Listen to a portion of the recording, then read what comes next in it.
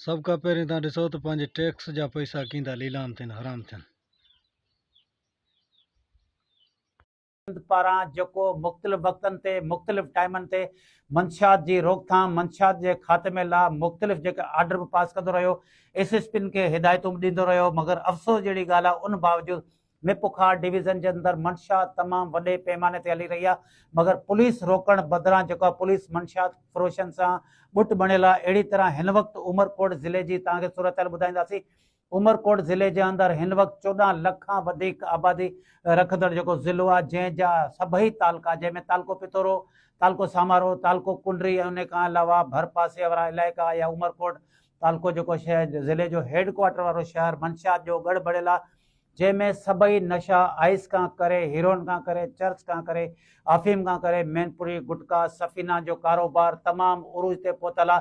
मगर जेको बि ऑफिसर अचे थो सिर्फ़ु दावा करे थो त असां मंशियात जो ख़ात्मो कंदासीं, बंदि कराईंदासीं, मगर अफ़सोस जहिड़ी ॻाल्हि इहा बि आहे त जेको बि SHO लॻे थो सभ खां पहिरीं उन मंशियात फ़रोशनि खे घुराईंदो आहे, वरी पंहिंजा बीटर मुक़ररु करे छॾींदो आहे त कहिड़े कहिड़े इलाइक़े जे अंदरि मंशियात हले थी, मेन डीलर केरु आहिनि, पोइ मेन डीलरनि सां मीटिंगूं कनि था, पोइ हर थाणे ते हिकु ॿ जेके पुलिस एहलकार मुक़ररु करे रहिजंदा, उहो सॼो ॾींहुं मंथलियूं ओगाड़ींदा आहिनि, मगर उते क्राइम बि थियनि था। को बि SHO ज़िले में निकिरण लाइ तयारु न आहे। जेकॾहिं को क्राइम थिए थो, ताज़ो उमरकोट ज़िले जे अंदरि सोनारनि जो हिकु वॾो हिकिड़ो क्राइम थियो आहे, दुकान टोड़िया आहिनि, खाट लॻो आहे, सोन खणी विया आहिनि, मगर पुलिस खे उन कंहिं शइ जी परवाह न आहे, भले एहतजाज कनि या कुझु बि कनि, पुलिस सिर्फ़ु चवंदी आहे त असां कार्रवाइयूं करियूं पिया, असां ॾिसी वठंदासीं। मगर हिन वक़्तु सॼी सिंध जियां उमरकोट जी ज़िले जी बि साॻी हालत आहे। को बि SHO कमु करण बदिरां मंशियात फ़रोशनि जा ॿुट बणियल आहे, त वरी जेकॾहिं SSP अचनि था त उहे वरी उन्हनि SHO खे लॻाइनि था जेके बासर चवनि था, उन्हनि जे करे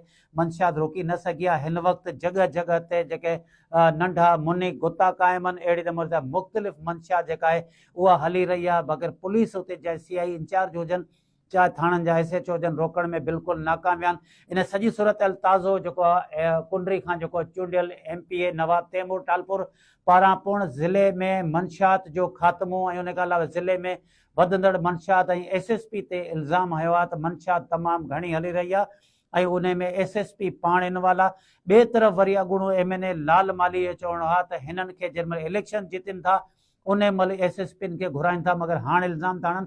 मगर लाल माली बि चयो आहे त मंशियात हींअर घर घर घटी घटी में हली रही आहे। इहा सॼी सूरत हाल उमरकोट ज़िले जी उन हवाले सां असांजे मुख़्तलिफ़ तालुकनि जे रिपोर्टरनि मुख़्तलिफ़ जेको माण्हुनि सां ॻाल्हि ॿोल कई आहे, सियासी समाजी माण्हुनि सां ॻाल्हि कई आहे, अदीबनि सां ॻाल्हि कई आहे त मंशियात हलाइण में कंहिंजो किरदारु आहे, केरु हलाइनि था। जॾहिं ताज़ो DIG जी टीम जेका सामारे में कार्रवाई कई, हिकु SHO खे मुअतल कयो, वरी उन साॻे SHO खे उमरकोट शहर जे अंदरि रखी छॾियो त तमामु सुठो कमु करे थो। छाजे करे त कुझु ॾींहुं मुअतल करण खां पोइ वरी उनखे पोस्टिंग मिली वई, मगर उमरकोट ज़िले जी तमामु हालत खस्ता आहे, तमामु हालत ख़राबु आहे। मंशियात जे करे नौजवान नसल तबाह थी रहिया आहिनि, पूरे इलाइक़नि जे अंदरि मुनी गुता क़ाइम थिया आहिनि, 3 गुता आहिनि उनजा लाइसेंस मिली आहे, बाक़ी जॻह जॻह ते गुता क़ाइम आहिनि, माण्हू नौजवान नसल तबाह थी रहियो आहे। उन सॼे हवाले सां हिन वक़्तु असां मदन गोपाल जेको असांजो उमरकोट जो ज़िले रिपोर्टर आहे, उन उतां जे माण्हुनि सां ॻाल्हि ॿोल कई आहे, सियासी समाजी माण्हुनि सां ॻाल्हि कई आहे, लाल माली सां ॻाल्हि कई आहे, उन खां अलावा जेके उतां जा जेके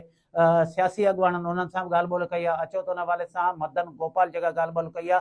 मदन, छा सूरत हाल आहे उमरकोट ज़िले जी ऐं उमरकोट में मंशियात कहिड़े क़िस्म जूं मंशियात हले थी ऐं उनखे रोकण लाइ पुलिस कहिड़ा उपाउ वरिता, हिन वक़्तु जनरली छा सूरत हाल आहे? अमरकोट ज़िले में तक़रीबन 14 लख आबादी आहे।